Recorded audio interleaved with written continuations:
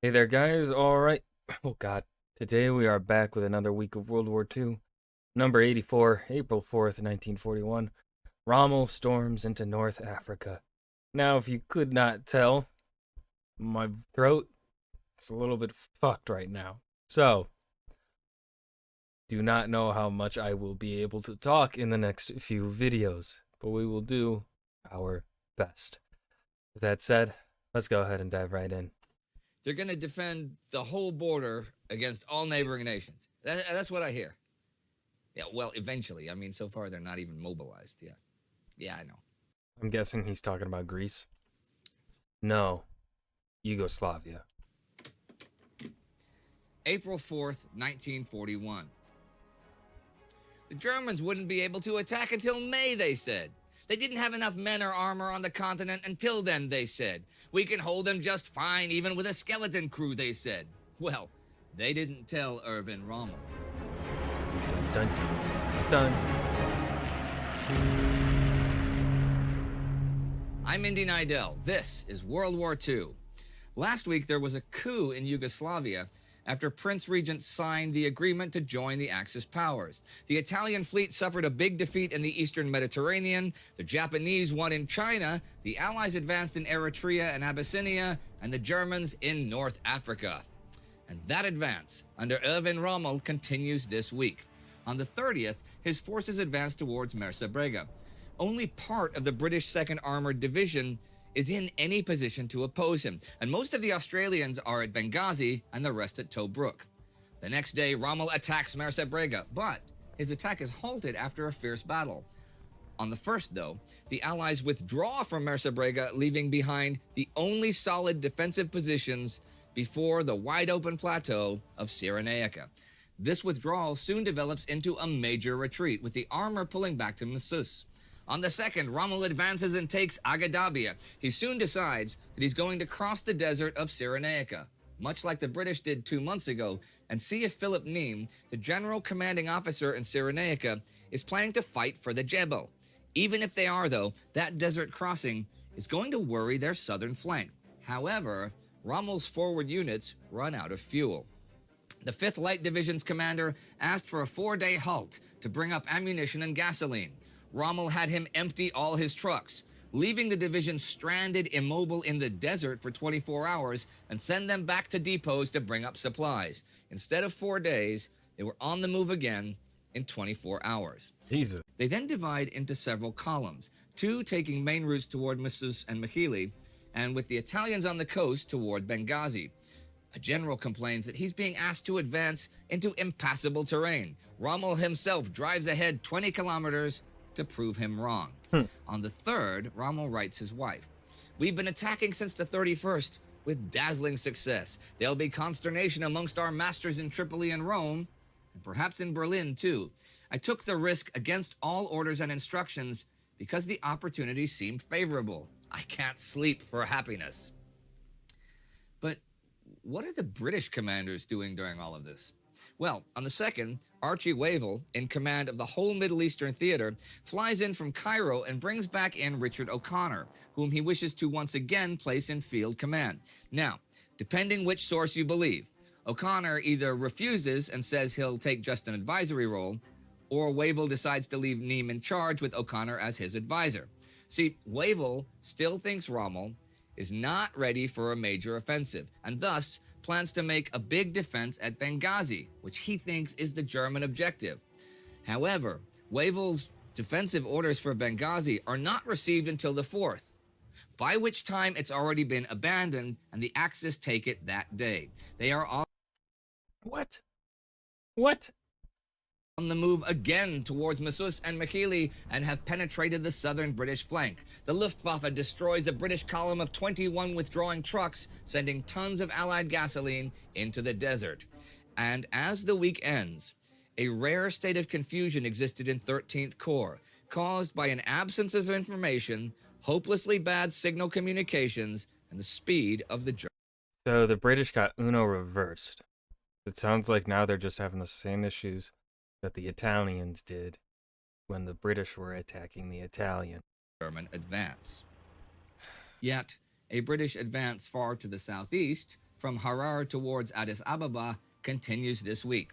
2 companies of the 1st Transvaal Scottish Regiment entered Dire Dawa without opposition on the 29th. By this time, after the crazy pursuit across Abyssinia, British and Commonwealth forces are as far from their starting points as London is on a line to Athens. What? What? Man, maps are so deceptive in distance. For real. However, the taking of the port of Berbera 2 weeks ago had cut 900 kilometers off the lines of communication. Also, taking Dire Dawa gives a valuable aerodrome from which the South African Air Force can now harass the enemy columns retreating to the capital.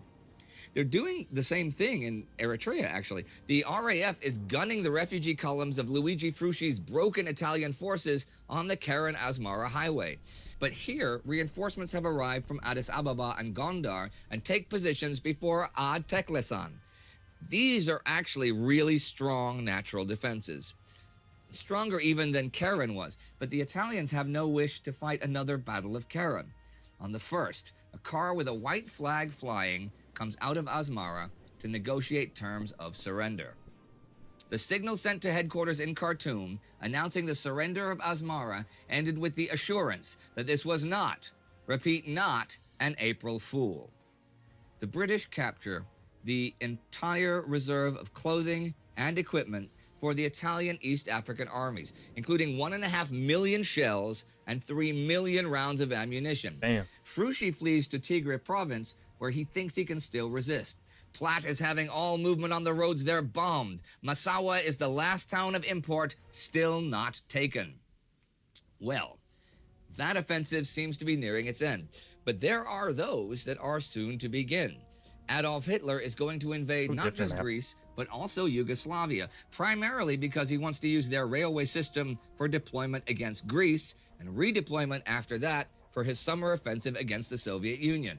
Yugoslavia does have a 1 million-man army, though, in 28 infantry divisions and 3 cavalry, but only has 2 tank battalions of 100 vehicles each, and they are obsolete. Well, lovely. Other than tanks, it isn't really a motor vehicle kind of army. It relies on horses, mules, and oxen, some 900,000 of them. But you know what? Damn. Since the coup last week, that army is still not mobilized. British Chief of Staff Sir John Dill pays a secret visit to the Yugoslavian General Staff this week on the 1st, and he reports that it behaves as if it had months in which to make decisions, and more months in which to put them in effect.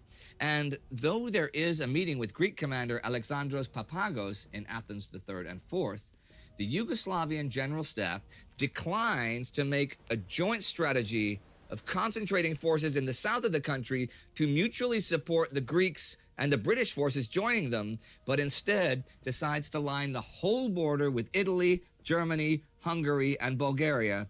That's 1,600 kilometers. I'll quote someone else quoted in Keegan now, and then quote Keegan himself again.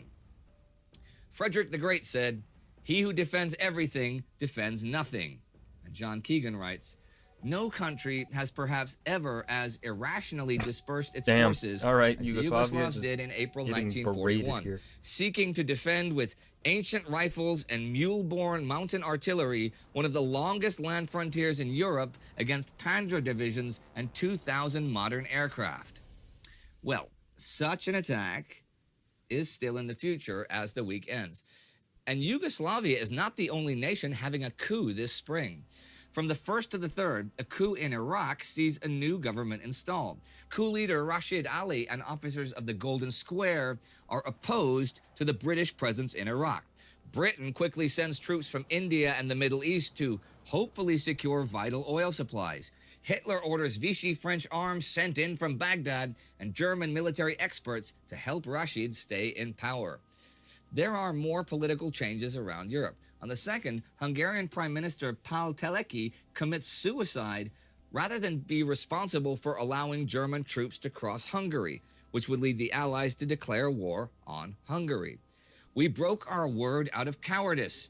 We have allied ourselves to scoundrels. We will become a nation of trash. I am guilty." Damn. That is from his suicide note. least he took accountability. Eh? He is a controversial figure. For while he did, I guess, nobly try to preserve his nation's autonomy, he is also responsible for some very serious anti-Semitic legislation. Eh.